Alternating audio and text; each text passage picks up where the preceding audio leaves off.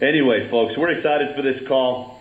What I'd like to do now is introduce our first guest speaker. We're very excited to hear from this gentleman. This gentleman is associated with Access Global, and we're just thrilled that he could find some room in his schedule to be on this call with us tonight. Our guest speaker is Mr. Anil Raj.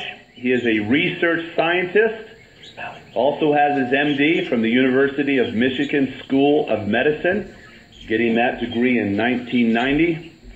He followed his general surgery internship as a contract general medical officer for the U.S. Army for 1 year.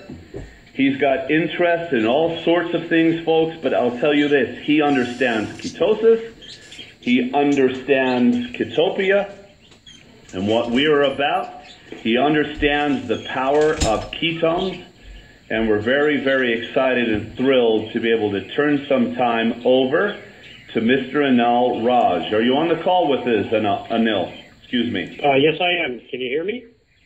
Absolutely, we can hear you. So we're excited to have an opportunity to hear from you tonight. I know that you've got some excitement around ketones and obviously nutritional ketosis versus the misconception of ketoacidosis. So we will turn some time over to you. I may interrupt you along the way and ask you a few questions, as may Ron, our CEO and founder. So with that, let's turn this time over to you. Thank you so much. Well, thank you very much for the invitation. I appreciate an opportunity to talk to your team, and I'm also very excited about the availability, or the near-term availability of effective ketone supplements. Personally, I've been on a ketogenic diet for the bulk of almost 4 years now. It led me to lose about 35 pounds that I'd gained since graduating medical school, and I feel much better about myself for doing that. But I understand it for me and for other folks, it's sometimes difficult to maintain that diet. We get the old mayonnaise malaise. Just getting tired of eating that much fat. And I'm looking forward to having some opportunities to try out and evaluate true ketogenic nutritional supplements that will get a good ketone level in the bloodstream and be able to maintain that with a little bit easier choices on the diet.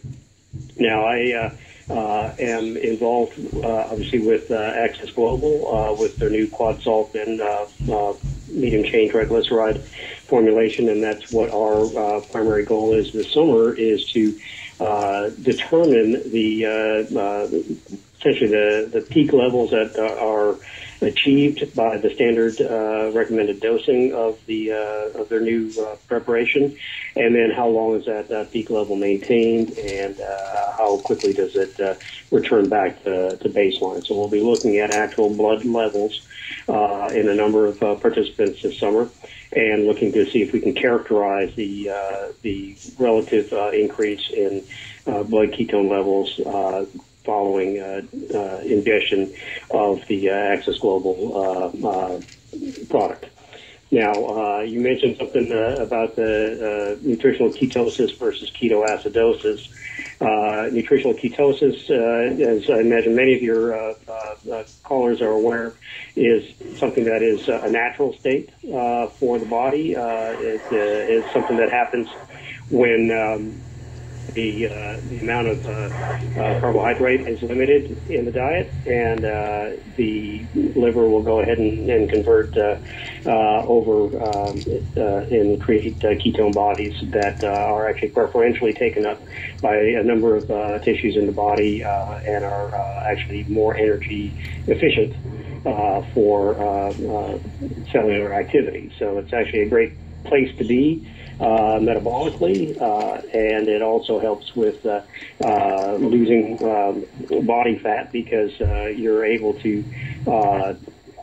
get the stored fat released back into the bloodstream for fuel, by reducing the amount of insulin that's in your body. Now, with ketoacidosis, that might be associated with somebody who has diabetes. That's a little bit different animal there. That's a actual response to the lack of insulin, circulating insulin, and that causes the failure of glucose to get into the cellular energy engine, the mitochondria, and it causes the liver to take out quite a bit of ketones, a lot more than what we expect to get to with nutritional ketosis, and that because the ketones themselves are acids will cause the acidosis component of the ketosis that is associated with diabetes. And so we're well below the levels of ketones in the bloodstream that you would expect for ketoacidosis when we're in nutritional ketosis.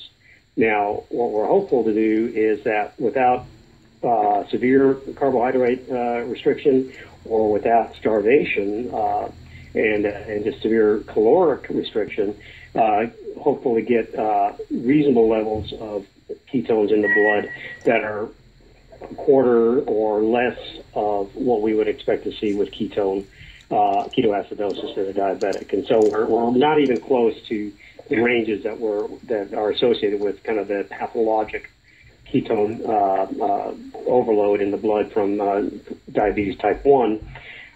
But we'd be looking at trying to raise it at least as high as what you would get with starvation or severe carbohydrate restriction, or perhaps exceed that slightly. And that's what we're looking to see. It's just how close are we getting to our ideal nutritional ketosis levels with the new supplements that are coming available.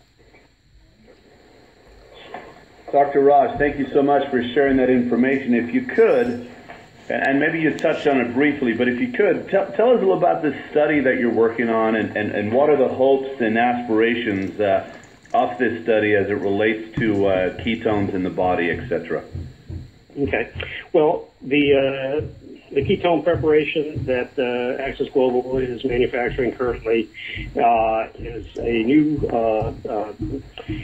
salt of ketones. So essentially it is a powdered substance that's mixed in with water because the salt makes it water soluble versus some of the other ketone esters that are out there, which are not water soluble, and they're very greasy and fatty. And I've never tried one, but I've heard they just taste awful. And it's a lot of volume, and it's a very uncomfortable thing to ingest.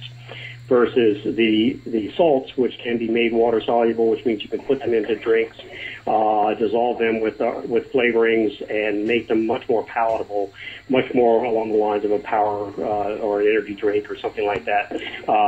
That is not going to be difficult to ingest, and is also not going to be nauseating or requiring such a volume that it's difficult to get a sufficient dose on board. Now, the salt itself, or the compound, has got sodium, calcium, magnesium, and potassium salt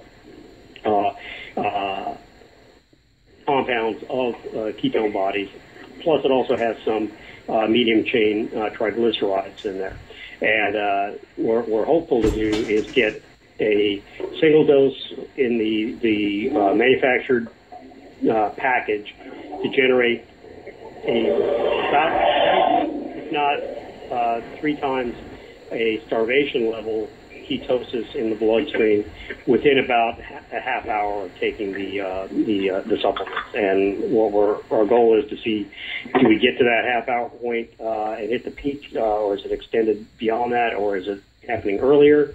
And then how long does that ketone level remain above the baseline for every individual that we test? And we'll be testing about 25 people this summer, and the goal on this particular study is to generate the information such that we can understand how consistent the product is across different individuals. And then with that information, we'd be able to generate hopefully a journal paper that we would submit for a publication in a scientific journal.